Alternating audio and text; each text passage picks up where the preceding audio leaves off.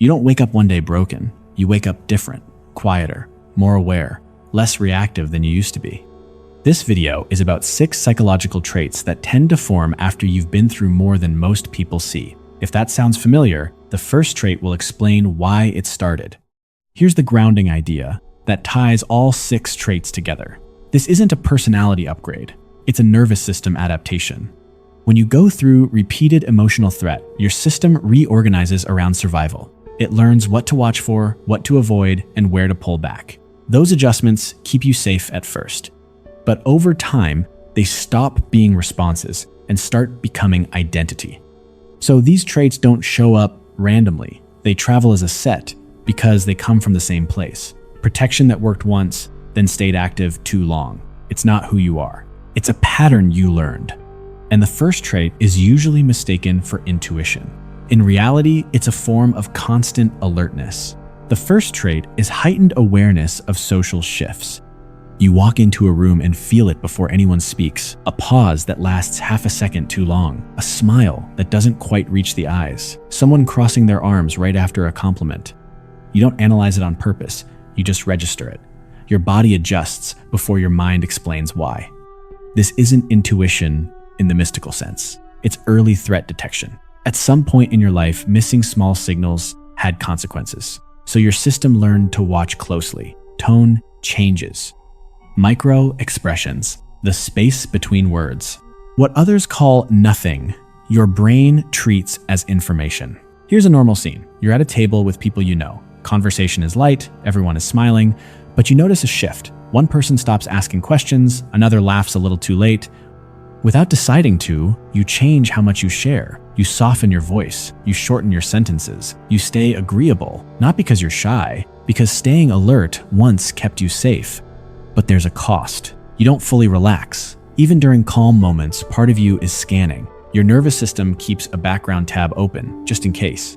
It's exhausting, even when nothing is wrong, especially then. So the takeaway is simple. You're not sensitive because you're delicate. You're sensitive because you learned that details matter when things can turn quickly. And this awareness doesn't stop at rooms and conversations. It creates a deeper contradiction that shows up when someone gets close. The second trait is the push-pull with closeness. You want connection, real connection, not small talk, not surface chemistry. And when it starts to happen, you feel it in your body first. Warmth, relief, a sense of being seen. Then, almost immediately, something tightens. You slow down. You pull back. You find a reason to create space. This is where people misread you.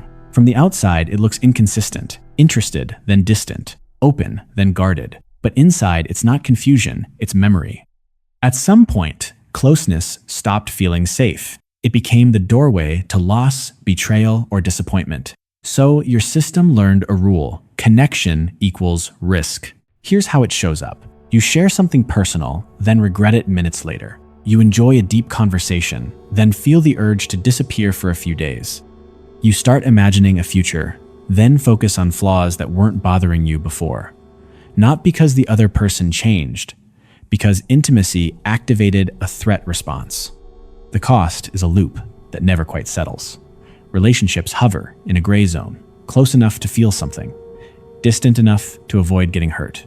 People sense the contradiction and assume you're unsure or emotionally unavailable. But the truth is simpler and heavier. You're not hard to get close to, you just don't feel safe staying there.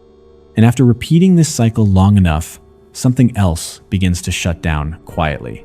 The third trait is losing sensitivity to approval. There was a time when feedback mattered more. You waited for replies. You reread messages. You noticed who reacted and who didn't. A compliment could lift your mood. Silence could sink it. You adjusted yourself quietly, hoping the right version of you would finally land. Then something changed. Not all at once. Slowly. After enough effort went unnoticed. After enough loyalty wasn't returned. After enough moments where you showed up fully and still felt optional. Your system stopped chasing the signal. This isn't confidence, it's reward burnout. When approval keeps failing to deliver safety or belonging, your brain reduces its response to it. Praise still registers, but it doesn't do much. Criticism still stings, but it doesn't move you the way it used to. The emotional volume knob turns down. Here's the relief. You're harder to manipulate. Flattery doesn't pull you off center. Disapproval doesn't send you scrambling to fix yourself. You don't shapeshift as easily for other people's comfort. But there's a quieter cost. It's harder to feel supported. Even genuine appreciation can feel distant. You nod, you say thanks, but something inside stays neutral. Not because you don't care, because caring used to cost too much. So let's name it clearly. This isn't self-esteem, it's exhaustion. You didn't stop needing validation because you transcended it. You stopped because it stopped working. And when approval loses its pull, your attention starts moving somewhere else entirely. The fourth trait is a shift in what feels meaningful. It shows up in moments so small they're easy to miss. Standing in your kitchen while the kettle warms, sunlight landing on the floor for a few seconds. The quiet after a long day when nothing is asking anything from you. You notice these moments and stay with them longer than other people seem to. This isn't sentimentality, it's recalibration. When you've lost something important, your system updates its values. Big gestures stop carrying the same weight. Status, speed, and spectacle lose their pull. What matters becomes what's real, repeatable, and here. Things that don't disappear overnight. Here's the cost. This shift puts you slightly out of sync with the world around you. People rush. You pause. They chase milestones. You notice texture. From the outside, it can look like you're slow, detached, or uninterested. In reality, you're just no longer motivated by the same rewards. This is the reframe that matters. You didn't lower your standards, you changed the measurement. After proximity to loss, your nervous system stops ignoring what's fragile but alive. Small moments stop being background noise and start being anchors. So the takeaway is simple. When you've lost a lot, you don't overlook the small things anymore. You recognize them as what's left when everything extra falls away. And the way you assign value doesn't stop with moments. It quietly reshapes how you decide who deserves forgiveness. The fifth trait is selective forgiveness. You don't forgive quickly, not because you're bitter, because you're precise. When someone hurts you, you don't decide in the moment. You watch, you listen. You wait to see what happens when there's no pressure to perform remorse. This is pattern recognition at work. You've seen enough apologies that sounded sincere and led nowhere. Enough promises made during emotional peaks and broken during stress. So your system learned a different rule. Words are data. Behavior over time is evidence. Here's the warning people miss. If someone expects instant forgiveness from you, they usually haven't understood the damage. You're not withholding mercy. You're checking for consistency. Do actions change when no one is watching? Does respect show up under inconvenience? Does accountability survive discomfort? The cost is real. Fewer second chances, smaller circles, longer distances between trust and closeness. Some people won't wait. Others will decide you're too hard to reach. But there's also protection. You don't relive the same wound with different faces. You don't keep reopening scars out of politeness. When you do forgive, it's not provisional, it's clean. No scorekeeping, no passive reminders, no emotional leverage. So the takeaway is blunt. An apology without changed behavior is just noise. You learned that the hard way.